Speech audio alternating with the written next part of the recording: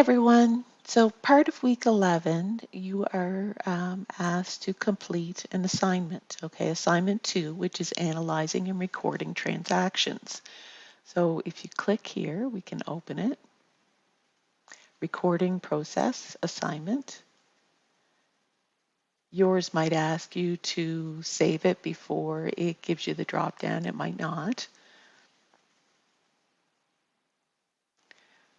Okay, so let's make that a little bit bigger. Okay, so there's two pages here. Okay, so the second page, what to do for the assignment, and this one here, we'll come back to this one. But as you can see, here's a list of common transactions.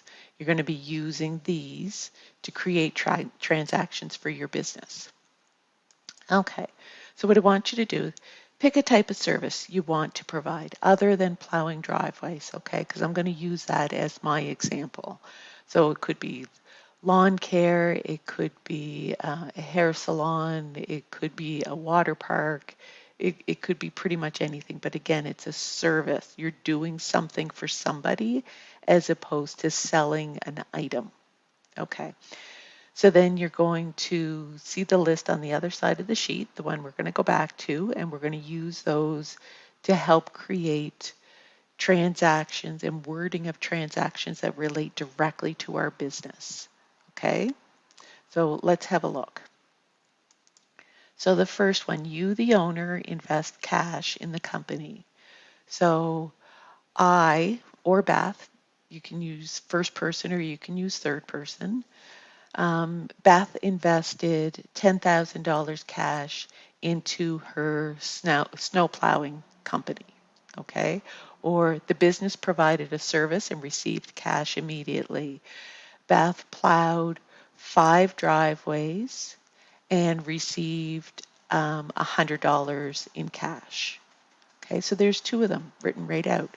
Okay, so business provides a service and the customer says they will pay me later. So Beth plowed a commercial driveway and the customer is going to pay her later. So it's going to go to accounts receivable as opposed to cash. The customer now pays you what they owe the business. Okay, so you look at the transaction that happened above because it went to accounts receivable. So now instead of it sitting in accounts receivable, we need to reduce accounts receivable because they gave us cash. So anyway, so I want you to take these 9 transactions and write them out as they relate to your service business, okay? So then once they're written out, that's when you create the journal entries, okay? So remember to label the entry with the transaction number or a date, okay? So we've got transaction numbers here, 1 through to 9, or you could maybe put it as November 1st, 2nd, 3rd, 9th, or whatever you'd like, as long as it's within 1 month, or just use the numbers 1 through to 9. And then create the journal entries. Then once you've created the journal entries, you're to post them into the T accounts. So you can use the full general ledger if you want, or you can just use the minimized general ledger and create the T account. Because remember, they're the same thing. It's just the general ledger has more information in it than the T account does.